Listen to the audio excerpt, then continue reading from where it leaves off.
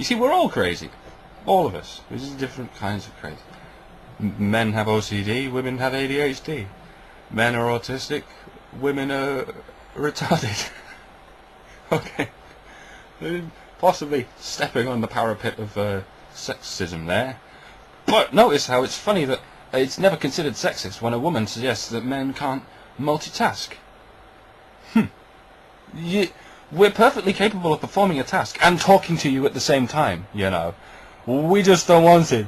Because if we're performing a task, we don't have to talk to you. Them's the rules. Now, what do you mean by multitasking, anyway? The science is there in terms of evolution, where men have evolved to be good at hunting and women have evolved to be good at nesting. So you've become accustomed over the generations to be good at looking after children and preparing food and general domestic maintenance and what have you. But you still only do those things one at a time. So you do that and you do a little bit of that and then you do a little bit of that. You haven't physically got the skillet in one hand and the vacuum cleaner in the other and a fucking baby hanging off each tit, have you? No. That would be multitasking. Both hands and both feet operating independently from each other. That's the very definition of multitasking. So by that logic, women should make fantastic drivers. Do they? I don't know. Are the figures in on this one yet? I don't know. What's the general consensus? What are we going with? What do we think? Help me out here. You notice, most of the best musicians, multitasking, are men, and most of the best chefs, multitasking, are men. And before you go playing the oppression card, say, oh, we were oppressed over this. No, I'm not talking white-collar corporate kiss-ass business here. I'm talking music and food. Wait, don't tell me that's a fucking male domain. If a woman is good at singing or cooking, no one in the history of the world would ever have gone up to her and said, you there, just stop that, we can't have soft, soothing voices and fantastic nourishment around here. We're trying to maintain a heartless, sterile environment. We're going for that dungeon vibe. And if you're stood there giving us everything we'll ever need to be content, that'll just kill our male buzz. Whereas, if a guy decides at any point in his development, at any point in history, to take up music or food as a vocation, he runs the constant risk of getting the shit kicked out of him for being a pussy. And yet we still come up with all the best shit. But as I say, it's because we're all autistic. We're the best at quite a lot of things, but you could bet your ass the worst at everything in the world is almost certainly a guy. This is not a patriarchy. It's not a male-dominated world anymore, not in the West. But I know a lot of you know this by now, at least I hope most of you, but there's a lot of women out there that still think that even in the modern West, society still favours men across the board. And this is bollocks. Bollocks means bad, tits means good. Example 1. Example 2, men have to work to get to the top or wherever they're going. Women can work, or they can slut it up. See, no one's stopping you from working. You just have more options. If a woman sluts it up, she gets promoted. If a man sluts it up, he gets arrested. See, and you think it's unfair that guys get commended for sleeping around, whereas women get shunned? Well, fucking yeah. Oh, well done. You had a sexual experience with an actual woman and didn't get arrested. Fucking well done. Kudos to you, man. You made it through another day. If a woman has sex, you're going to go, oh, well done. Congratulations. How did you manage that? Well, what I did was I left the house. That usually does it. I left the house and I didn't pepper spray the first guy I came across.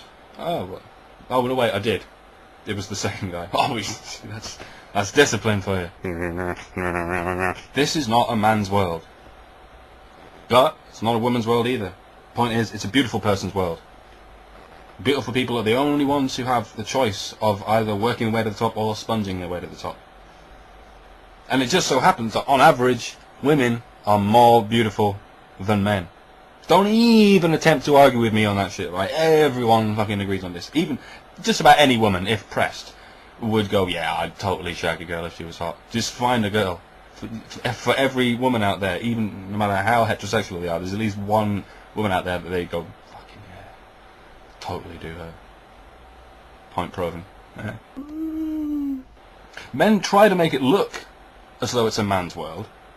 We try desperately to make everything look like it's all designed for men. That's why we still make jars the way we do. There are 100 ways of manufacturing jars, but we we stick with the one way that requires massive wrists to open it, because that's all we've got left. Slightly stronger wrists. If you could open jars by yourselves, then we'd be fucked. You might as well exterminate us all. It makes good Darwinian sense. See, to me, it's a good thing that women are legally in charge of sex. That's the right way around. They should be in charge of it, because they've got a lot more at stake. Especially when you think the alternative is, I don't know, like, for instance, some kind of system where it's only considered rape if a woman doesn't want it and can supply 4 male witnesses to the crime, who all happen to subscribe to a certain unfeasible Bronze Age god, to all collectively say, yes, we witnessed this rape in its entirety, and for some reason all 4 of us neglected to stop it. La la la la la! Imagine that. A system in which multiple self-confessed gang rape is the only recognised form of rape. Everything else is fornication, or worse, adultery, for which you stone the woman, or probably girl, to death. See, God don't want us to keep you, baby. God wants us to share you. That's why we call it Sharia law. What was my point? Oh yeah, in our society, in secular law, or whatever, women are legally in charge of sex. So why do they insist on making men socially in charge of it? Men are expected to do the chatting up, men are expected to make all the advances, men are expected to do the proposing, simply because it's too easy for women. Women could just very easily go up to guys and say, I want to fuck you, and that'd be it. We don't mind being the objects. Fucking take us to one side and feel us up like a racehorse. We don't give a shit. It's quite hot, actually, in a way. But no, we have to go through this bloody rigmarole with... I know it's supposed to make it more interesting, but so much time and money and effort and patience gets wasted doing these pre-sexual rituals that have little or nothing to do with the sexual attributes that we're quite obviously both looking for. The only difference between a friendship and a sexual relationship is the sexual attraction, so let's start with that, and do all the other fucking weird-ass rituals afterwards. Imagine that. Imagine a world where it's considered perfectly normal for a woman to go up to a guy and say, I want to have sex with you. I may not find you emotionally compatible or even remotely attractive, but at this stage that's irrelevant, as I only need you for sexual relief. Alright. Woohoo! What a beautiful world that would be. What a happy, smiley, bouncy fucking utopia that would be. There would be no rape. Men who got desperate need only stand on a street corner for a while, yeah?